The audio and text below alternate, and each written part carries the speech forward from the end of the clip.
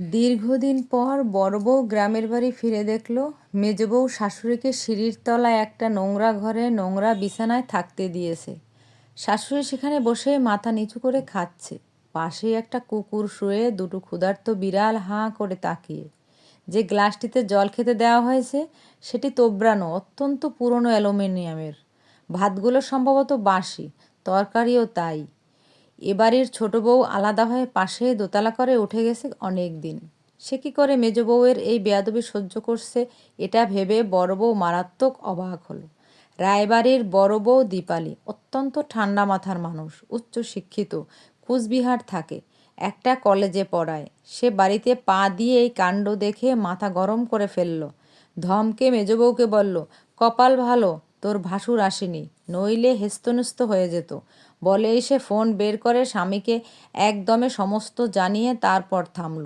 এখানেই শেষ নয়, তার একমাত্র ডাক্তারি পড়ুয়া ছেলেকেও এসে দেখে যেতে বলল। মেজ বউ মণিদীপা অত্যন্ত মুখরা, হিংসুটে, পাড়া পর্যটনে ওস্তাদ। 7 অঞ্চলের মানুষকে সে চেনে, তাদের ভালোমন্দ খবর রাখে। এক কথায় সে চলমান নিউজ চ্যানেল। তবে সে বড় বউকে প্রথম থেকেই কিছু বলে না, সম্মান করে, ভাসুরকেও মানে। তারা গ্রামের বাড়ি এলে ভালোমন্দ রেঁধে বেড়ে খাওয়ায়।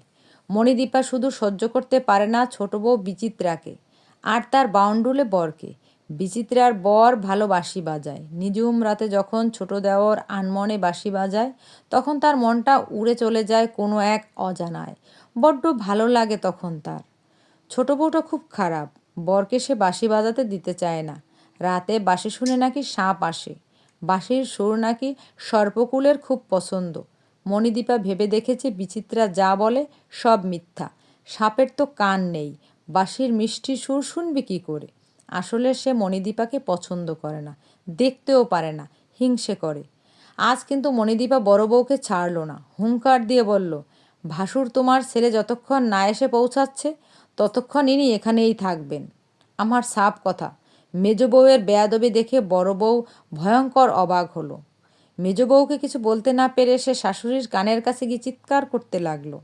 বৃদ্ধা আলতারানী এতক্ষণ মাথা নিচু করে চুপ করে শুনছিলেন। তার কানে সব শব্দ ঠিকঠাক পৌঁছায় না, সে কারণে তিনি মাঝে মাঝে হাঁ করে থাকেন। সম্ভবত হাঁ করে থাকলে শুনতে সুবিধে হয়। সব শুনে বৃদ্ধা আরও মিনিটখানেক হাঁ করে রইলেন।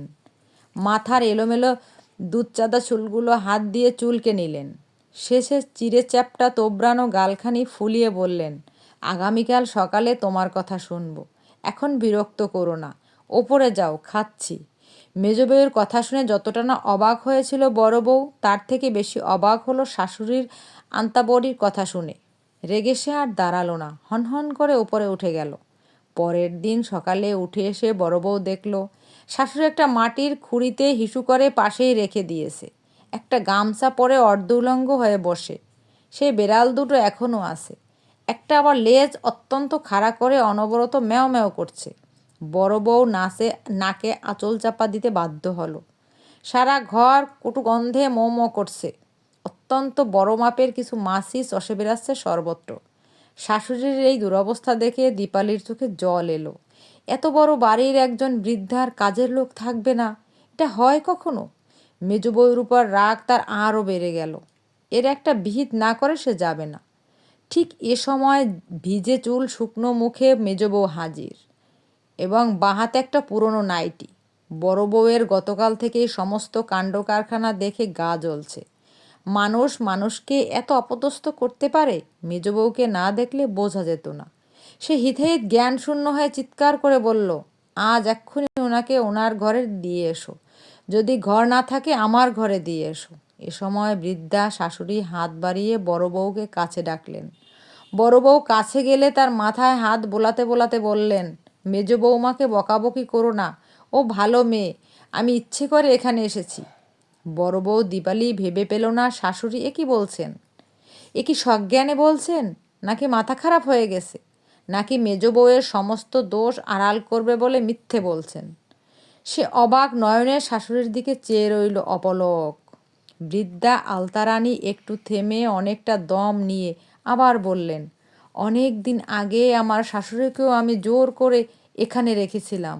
মৃত্যুর আগে তিনি আমায় ডেকে বলেছিলেন, বৌমা, আমার মৃত্যুর পর মাত্র 2 দিন তুমি এখানে থেকো, এই সিঁড়ির তলায়, মাত্র 2 দিন।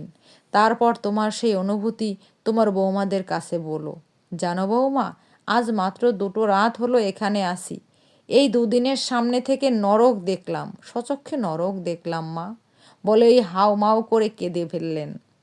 এ সময় মেজ বউ ছুটে এসে শাশুড়িকে জড়িয়ে ধরে নিজের চোখ মুছে বলল, আপনার ছেলে আর আমি 2 রাত চোখের পাতা এক করতে পারিনি। অনেক হয়েছে, এবার উপরে চলুন। আলতা রানী মেজ বউকে জড়িয়ে ধরে কাঁদতে কাঁদতে বললেন, আমাকে আর 2 রাত এখানে থাকতে দাও মা। আমি যে প্রতি রাতে আমার শাশুড়ির বুক ফাটা হাহাকার শুনতে পাই, অসহায় কান্না শুনতে পাই।